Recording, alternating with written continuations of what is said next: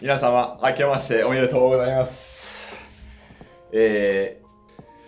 日になってしまいました。はい。のんびりさせていただいておりました。はい。でも一応ね、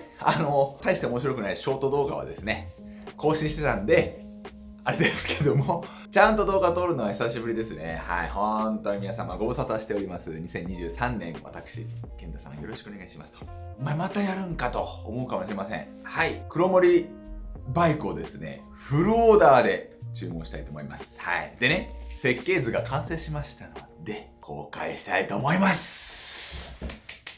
今回はそれを設計図を見せつつ、今後のプラン、あとは今年の抱負的なものをお話してきたらなと思います。はい。よろしくお願いします。僕ね、一応ね、ロードバイク、自転車始めて10年ぐらいに経ちますので、それの記念として、ゼロから始める。セミオーダーじゃなくて、本当にフルオーダーですね。作る場所はですね、今回は、ケルビムさんにお願いしたいと思います。僕のことをサポートしてくれる和風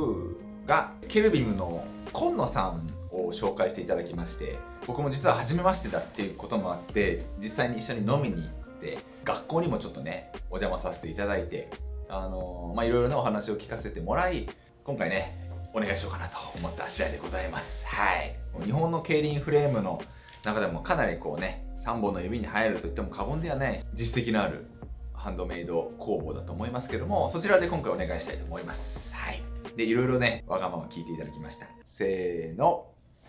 じゃん！こちらが今回の設計図になります。はい。もう見づらいんでね、この辺にポーンと置いときます。僕が今回作りたいなと思った自転車はピストです。はい。ピストです。もともと僕自転車の始まりがピストバイクからハマったので、原点復帰じゃないですけども、ピストもう一回乗りたいなという思いが強かったんですね。とはいえ、ハマったのが10年前。今の健太さんスタイルは結構こう、割とこう、グラベルとか結構好きなので、グラベルでも遊べるようなバイク。で、最新企画もしっかりと取り入れられるような自転車をですね、今回作りたいと思いまして、いろいろ相談しました。数字がたくさんあってね、よくわかんないでしょう。僕もね、大丈夫、よくわかってないです。はい。でも、ケルビムの、ね、スタッフの皆さん優しく教えてくれますので、はい、僕のやりたいことをね、今回いろいろお話ししていきたいと思います。テーマ、グラベルディスク、シングルコンパチブル、シングルスピード、ただし固定ギアで、かつディスク。グラベルみたいな感じのですね、今時のトレンドをしっかりと抑えたグラベル仕様のバイク、いわゆるトラックロクロスみたいなバイクをですね作りたいと思いまして、今回いろいろ依頼してみました。はい。これね、喋り出してもマジで止まらないんですけども、今日は新年初動画なので皆さんご了承ください。はい、好きな人は好きだと思うんでね、キビキビしたやつっていうよりかは割と直進安定性が高いゆったりとしたバイクになります。だから変な話、そのトリックをするとかそういうのはちょっと苦手なフレームにはなると思います。前後ディスクブレーキにしようと思ってます。で、機械式にしようと思います。そのためにイコールも購入済みでございます。左側にね、パイプどうするとかいろいろ書いてありますけども、この辺はまだね、これから決めていくんですが、フォークは決まりました。コロンバスのグラベルのフォークにします。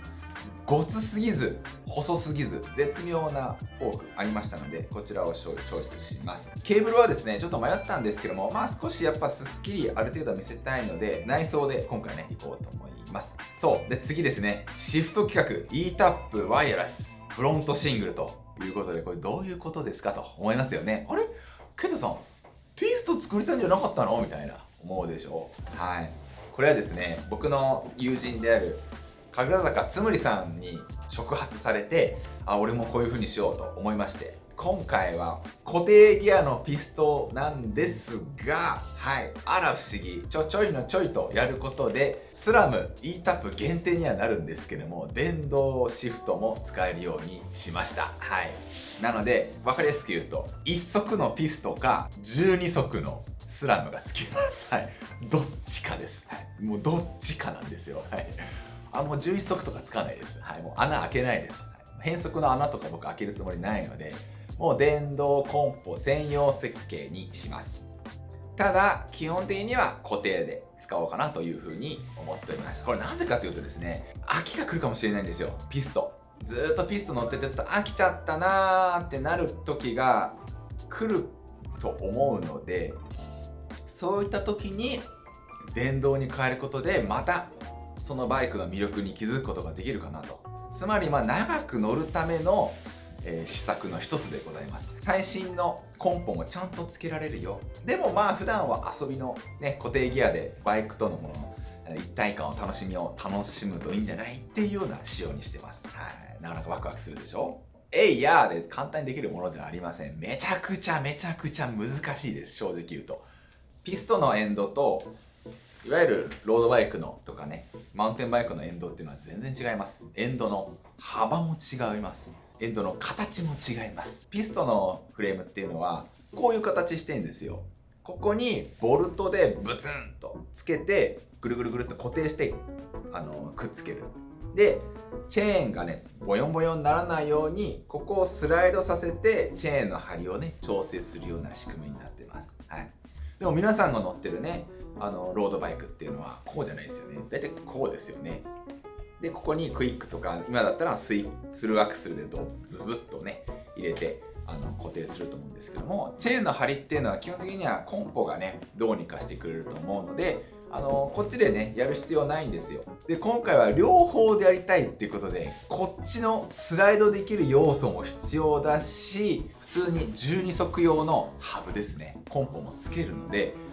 両方に対応したフリーもいけて固定もいけてスルーアクセルもいけるみたいな、そんなようなマルチなエンドが必要になってくるわけですね。もう自転車のもうここですよ、ほんとここだけでめちゃくちゃ大変なんですよこの願いを叶えるために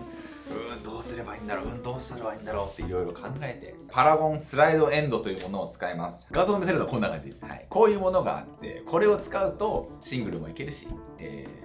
既存のねいわゆるスプロケットをつけた状態のものも使えるというようなものになってます。はい、やばいでしょ。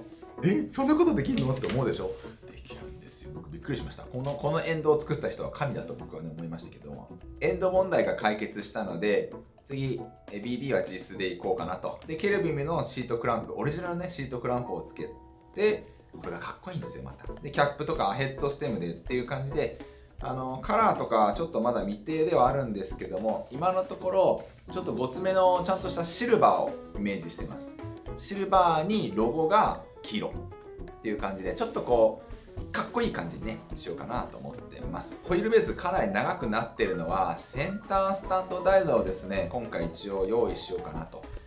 思ってます。これもまたねハンドメイドの魅力ですね。センタースタンドっていうのは基本的にはチェーンステイをこう挟んでこうねやったりするんで見た目があまりよろしくないんですけども、ハンドメイドはですね台座を作ることができるんで非常にスマートにつけることができます。なんでつけたいかっていうと、このバイクでキャンプもそうだし、まだねハマるかわかんないけど一応でも釣りとかはねそういうのもしてみたいなと思ってます。クーラーボックスとかさ乗せるじゃん。ごつい荷物を乗せるのに片足スタンドだと倒れちゃうんですよ。センターできっちりまっすぐにしないとさ倒れちゃうから、そういった意味でセンタースタンドをつけたいなと思いました。ちなみにエンド問題に関してですけども、 142mm で固定でそんなハブあるんですかって思うじゃないですか。あるんですよ、変態メーカーがちょっと見せましょうか。例えばいくつか揃えてますけど、こちらこれポールっていうメーカーになります。ブルーラグ、グランピーね、サークルズとかそういった自転車屋さんが好きな人はもうおなじみだと思いますけども、アメリカのコンポーネントをね作ってるメーカーで、結構ね CNC 加工の精度の高い、そして変なパーツをいっぱい作っているメーカーでございます。こちらがですね、こんなハブを作ってるんですよ。ディスクワードっていうんだっけな、これ